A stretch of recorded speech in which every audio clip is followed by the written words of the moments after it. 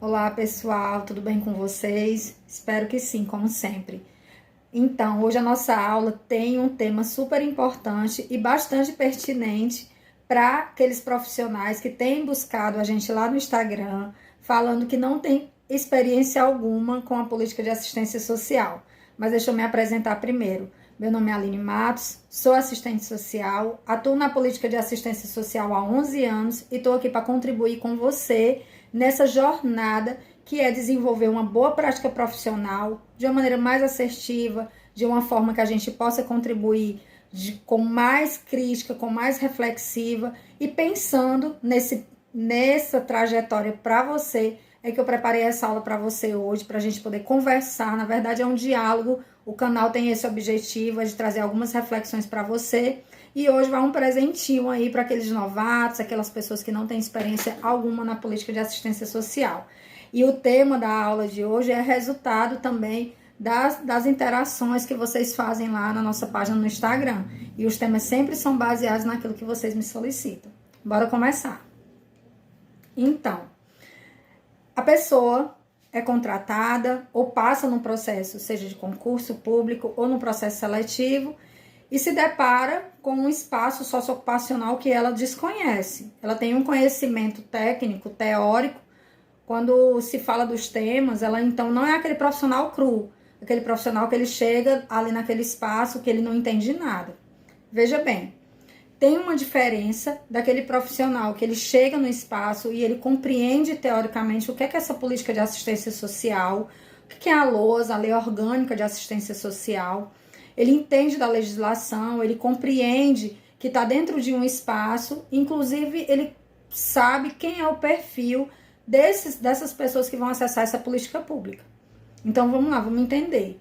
Mas eu tenho esse conhecimento, eu estou me colocando no lugar dessa pessoa sem experiência, para que vocês me entendam melhor, mas eu não tenho a prática, eu nunca materializei, eu não tenho essa prática profissional. E aí é óbvio e super natural que esse profissional ele se depare com uma situação de insegurança. E não tem problema nenhum, certo? Você ter esse momento que você para pensar e diz assim, meu Deus, será que vai dar certo? Será que eu vou acertar? Será que eu vou conseguir fazer? Então não tem problema nenhum se você tem esse tipo de pensamento, porque ele é um pensamento comum. Eu já passei por isso diversas vezes em todos os processos de trabalho aí que eu já me envolvi. É natural da gente, como ser humano, que a gente tenha aquele medo, aquela insegurança. O que acontece? Você só não pode deixar que o medo paralise você. Você não pode deixar que o medo traga para você um impedimento dessa atuação. E aí eu já venho tocando nessa tecla nos outros vídeos que vocês podem assistir, posterior a esse, que o que a gente nota? A gente percebe que esse profissional ele tem esse traço de insegurança porque ele não dispõe dessa experiência adquirida, ele não tem essa experiência. Um exemplo, eu vou trabalhar num CRAS, Centro de Referência da Assistência Social, ou num CREAS, Centro de Referência Especializado. Então, eu preciso saber, teoricamente, qual a diferença desses dois equipamentos que eles estão no âmbito público e o que esses equipamentos eles ofertam e para quem ele oferta. Anota aí. Chegou no espaço socioocupacional, a primeira coisa que eu tenho que fazer é pegar a legislação que explica o que é aquele serviço e eu tenho que começar a fazer um link com a realidade. Certo? Por que eu estou dizendo isso? Se você for contratado numa empresa, se você for chamado para uma empresa privada. No ato da tua entrevista de emprego, essas pessoas do RH que vão estar ali conversando com você, dialogando com você ou aplicando algum processo seletivo, né, alguma entrevista, ela vai trazer para você uma explicação do que é que se trata aquele cargo, obviamente. Até para que você também, se você fosse candidatar a um determinado cargo, você precisa, inclusive, conhecer aquele cargo, quais atribuições você vai desenvolver naquele equipamento, naquele espaço, seja ele no âmbito privado ou seja no âmbito público. E não é diferente na política de assistência social. ou em outro espaço, porque eu sei também que algumas pessoas que não são da política de assistência social, elas também têm acesso a esse conteúdo que eu estou liberando aqui para vocês. Então, o que eu quero dizer para você? Você vai pegar aquilo que rege, que vai nortear o funcionamento daquele equipamento e você vai fazer um link com a realidade.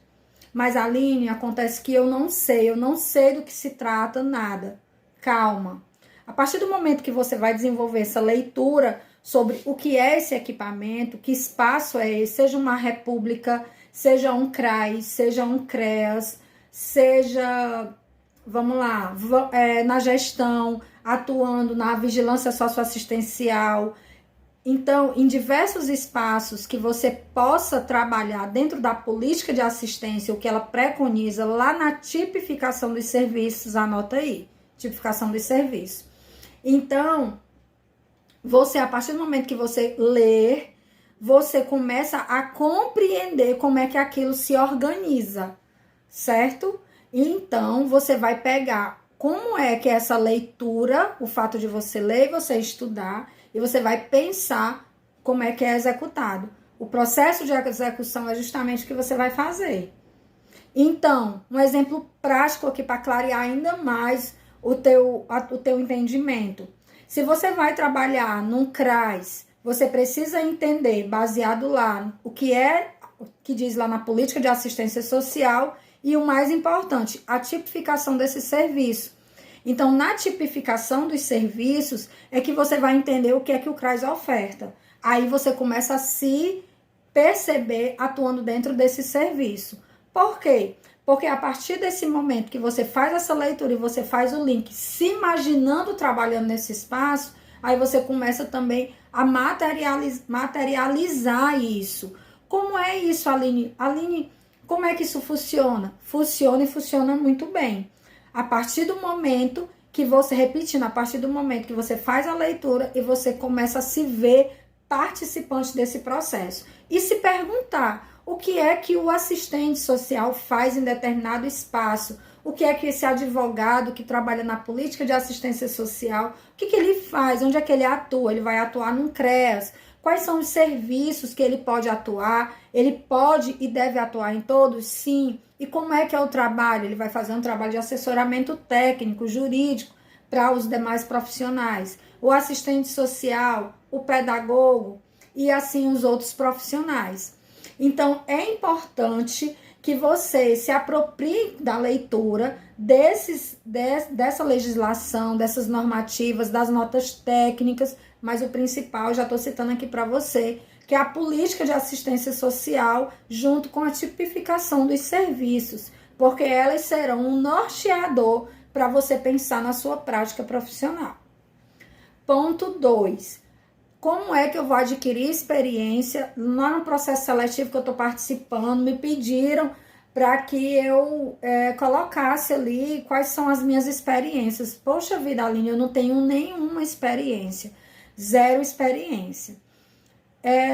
Uma das coisas que eu sempre que eu sempre trabalhei isso em mim, desde o início da minha prática profissional, que foram como meus 17 anos, eu sempre pensei que eu não estou só no mundo, que outras pessoas também vivenciam situações semelhantes a que eu estou.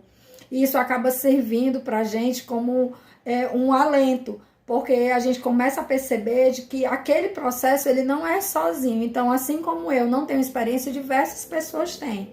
Mas aí eu tenho aquele anseio de sair na frente, eu quero me destacar, as pessoas querem dizer assim, eu quero ser um profissional com qualidade, com excelência. Gente, esse profissional de excelência que muito se prega por aí, ele às vezes chega a ser até utópico. Então, assim, um profissional de excelência, ele não existe. E eu vou te dizer por quê. Porque o profissional de excelência, ele não consegue executar todo o desenvolvimento dele do trabalho, porque a gente tem questões que impedem ele ser esse profissional que é no topo, que é esse profissional de excelência. Por quê? Porque a política de assistência social, ela tem um traço de muita precarização do trabalho. Então, a partir do momento que eu falo muito em ser um profissional de excelência, eu tenho que ter cuidado em que ponto é que eu quero chegar. E às vezes eu coloco num ponto que é inalcançável. E a gente precisa pensar de maneira crítica, reflexiva, com os pés no chão.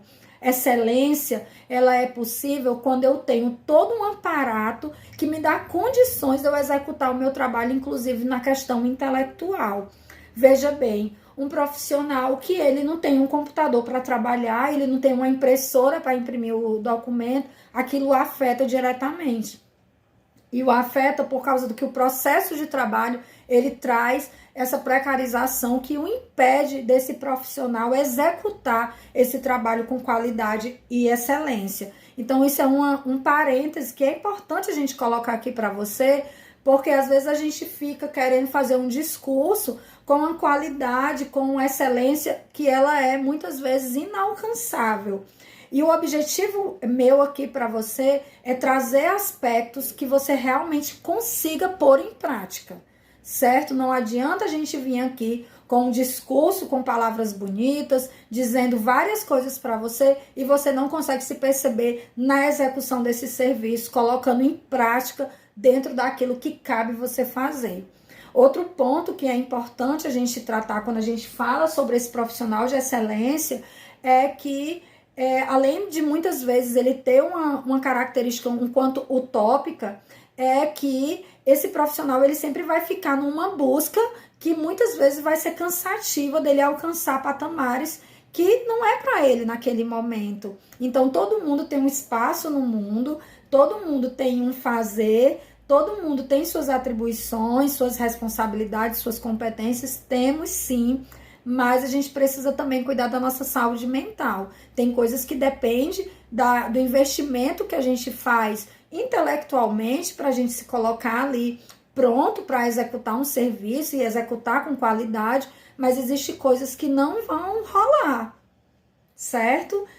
Existem coisas que não vão rolar. E eu tô falando isso aqui para você com muita sinceridade, com muita clareza, porque eu venho de uma prática profissional, de diversos espaços que eu já passei, que em lugares que não tinha no mínimo um ventilador, certo? Então como é que eu vou ofertar um serviço, um trabalho de qualidade que o usuário tá passando mal de calor na minha frente e ele ao menos consegue se concentrar naquilo que eu tô falando para ele, né? E você vai falando pausado, e você ajeita a sala, e você põe uma cadeira, mas a cadeira tá quebrada, o plástico tá puxando a pele do usuário, não tem um ventilador, não tem folha para imprimir um encaminhamento, não tem um espaço que garanta o sigilo. Então, gente, cuidado com determinados discursos de uma busca de uma excelência quando eu não discuto as condições precárias que hoje as nossas políticas públicas ofertam, que deveriam ofertar um espaço de qualidade, um espaço com dignidade, um espaço que garantisse para o usuário o direito dele mesmo de acessar o direito e a gente conseguisse ali acompanhar a efetivação desse direito. Então a gente precisa sim trazer para a conversa, pôr nessa roda aqui a realidade social do que é trabalhar hoje no âmbito do SUAS ou em outras políticas públicas que também sofrem com toda essa precarização no mundo do trabalho, tá bom? E aí, deixa eu tomar meu golinho de café, né? E aí, como eu falo para vocês, eu gosto de falar aqui com vocês de uma maneira muito clara, para que a gente pense mesmo o que é esse novo trabalho e o que é essa experiência que eu quero tanto e que muitas vezes eu vou tratar essa experiência como algo inalcançável. Então, calma, se prepare de maneira teórica, fazendo as leituras daquilo que é necessário fazer. Se você vai iniciar na política de assistência social, leia a política de assistência social, leia a tipificação dos serviços, grife ali, dê destaque àquilo, faça perguntas ali para você, como é que é a execução desse serviço, se relacione também com profissionais que tenham experiência, que possam direcionar você. Quisera eu que na minha prática profissional eu tivesse ouvido mais alguns profissionais que estavam ali pertinho de mim e às vezes na prática, no nosso cotidiano, a gente meio que vai ficando atropelado pelas rotinas. E isso é algo que deve ser falado para você. A gente não está aqui para enganar você. vai ter momento que você não vai ter tempo de fazer análises reflexivas sobre a sua prática profissional. Mas serão tempos e ciclos e momentos. Não serão determinantes para você no seu dia a dia. Até porque se fosse, eu não estaria aqui. O fato de estar aqui significa dizer para você que está me ouvindo que a gente pensa sobre o que a gente faz. A gente reflete sobre aquilo que a gente faz. Então, quando o usuário está na frente da gente, quando o usuário ele relata situações de vivência, ele está na frente de um profissional que dispõe de uma capacidade técnica e intelectual e também, futuramente, como você que está ouvindo essa aula, vai dispor também da experiência. E é isso que vai gerar segurança para você. Então, tenha calma com esse processo. Tenha também, desenvolva com você essa questão do respeito a a sua condição hoje. Eu sou novata, eu não entendo de determinada prática porque não entendo, digo, corrigindo, porque nunca atuei, mas compreendo o que é o serviço. Então, eu só vou adquirir essa experiência na sua totalidade a partir do momento que eu vou adquirindo a experiência no meu cotidiano. É o meu dia a dia que vai trazer para mim segurança no meu trabalho. E aí, eu quero trazer para você mais um outro ponto, que é o nosso terceiro ponto, que é você buscar investir nessa área da sua educação, que é para você ter, sim, um direcionamento para a sua prática profissional. Ninguém nasce pronto, eu venho repetindo isso aqui para vocês. Não adianta a gente trazer aqui um passo a passo de coisas que não vai rolar. Então, ninguém nasce pronto, ninguém nasce andando. A gente desenvolve habilidades, a gente descobre no caminho competências e também fragilidades. Então, eu sugiro que você inicie esse seu primeiro passo fazendo as leituras básicas do que é o serviço e a tipificação desse serviço socioassistencial, para que você se aproprie dessa literatura. O segundo passo, ouvir pessoas com mais experiência, compreendendo também que essas pessoas são colegas de trabalho, pessoa que você vai se relacionar, e que a gente precisa também começar a fortalecer esse discurso na política de assistência social, as relações interpessoais, que muitas vezes elas têm um caráter adoecedor por inúmeras questões também que tem a ver com a precarização do trabalho e também como se dá o processo de contratação desses profissionais, que muitas vezes, ao menos, eles passam por um processo seletivo. Então, eu não estou generalizando. Para quem está chegando agora aqui no canal, eu tenho uma experiência desde o contrato até terceirizado, cargo comissionado, né, processo seletivo, já tenho uma trajetória com outras provas. Então, gente, a gente não pode colocar todo mundo no mesmo bolo e dizer que aquela pessoa que é indicada ela é incompetente. Cuidado com isso. Então, dentro desse último ponto que eu tô falando, de você investir, de você se relacionar com outras pessoas, no sentido de você aprender. É muito importante esse processo de você desenvolver uma escuta para você aprender a trabalhar. A gente aprende muito a trabalhar observando o outro, percebendo o outro, verificando como é que é feita dada essa postura, desse atendimento, se ele é acolhedor, se essa escuta está sendo feita com qualidade, e sempre atento às condições de trabalho. Porque para você ser um bom profissional, que é o que eu defendo, de você ser um bom profissional de referência, ele precisa ter consciência de até onde é que ele pode ir e ali onde é que ele encerra o limite da sua atuação. Isso você vai descobrir estudando, lendo. Não tem receita de bolo, ninguém vive de dica, tá? Eu posso dar uma orientação para você aqui, se você não guardar aquilo para você, aquilo ali vai se perder, e o que fica é o conhecimento adquirido, que é com a leitura, com o estudo e com a dedicação.